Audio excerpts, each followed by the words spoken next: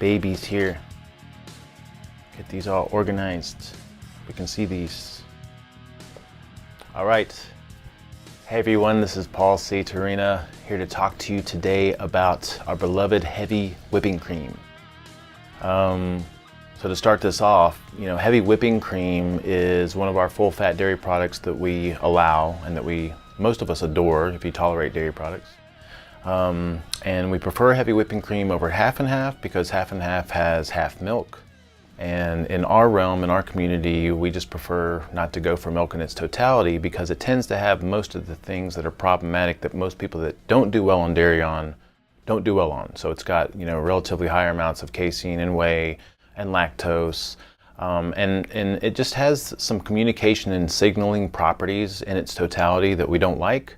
But if you extract the fat part of milk, and especially if you ferment the fat, or if you ferment and you add some beneficial microorganisms and you get things like cheese and yogurts and creams, then we see a tremendous value in that because you have some beneficial nutrients in it. Sometimes you're going to have some probiotics or some beneficial microorganisms.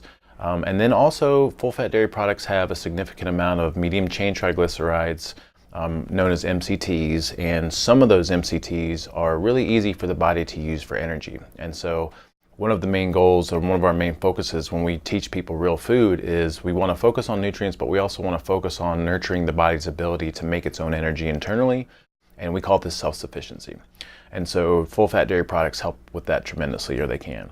Now in the full-fat dairy realm, there's a whole spectrum of dairy products and how much of the problematic factors that they have. So if you feel like you don't do very well on full-fat dairy, heavy cream might be something that you could experiment with because it's almost nothing but the fat part of the dairy, which means that it's going to have very, very low amounts of lactose and these other things that tend to be problematic for people. And then we'd also recommend starting with something that was relatively decent quality. So at least hormone and antibiotic free, but ideally you're looking for something grass-fed or pasture raised because the better the animal feeds, the better the content of, or the nutrient content of the milk and the milk products that animal produces.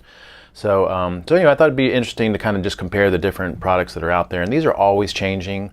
Nicole and I just did a virtual Whole Foods shopping tour where we went through and looked at some of this stuff, and within brands you start to see changes like from month to month on the different ingredients that they have and the way that they process their dairy products. So ideally, your dairy products would not be pasteurized at all. But here in Las Vegas and Nevada, we just don't have access to that unless you're getting a raw cheese that's aged over 60 days or something like that. So there's a couple levels of processing that we want to be aware of. We see pasteurized and we see ultra pasteurized. So pasteurized is going to be less processed. So all things being equal, we probably want to go for something that's pasteurized versus ultra pasteurized. And then again, all things being equal, you want to look at the ingredients on the label, and the less ingredients, the better. So something that just has whipping cream or grade A cream is going to be better than something that has grade A cream with a little bit of carrageenan or one of the gums as a stabilizer. Now, so a lot of these ingredients we call them acceptable ingredients. Because in small amounts we don't see them being very problematic, but again, all things being equal, I want to try to shoot for something that's going to be pristine and pure. So if we look at some of our favorites here, we've got Trader Joe's heavy whipping cream, which we absolutely love. It's like, it seems authentic because like when you shake it up and you open it, you got little chunks of cream in there, and I like that kind of thing. And if we look at the ingredients on this, first of all, this is grade A pasteurized, so it's not ultra pasteurized. And it has only organic grade A pasteurized heavy cream, and that's it. All right, so that's a really good pick, and it's only $3.99 for a carton, and maybe that price changes over time. So we love that one. Another great pick is going to be Clover. Now Clover I've only seen personally in Whole Foods. Maybe they sell it at some other natural food stores or grocery stores. And Clover, again, is only pasteurized. And if I look at the ingredients, it's organic cream, and that's it. Okay, so we really like that. Clover, if I'm not mistaken, the price on that, I forget, hold on, is $4.69. So it's a little bit more expensive than the Trader Joe's heavy whipping cream. And it is a little bit more authentic, just like the Trader Joe's one. So when you shake it up and you open it up, you'll see little chunks of cream in there, which we love. All right, and then we have Organic Valley. Now, traditionally, Organic Valley has always been ultra pasteurized. It's always had carrageenan.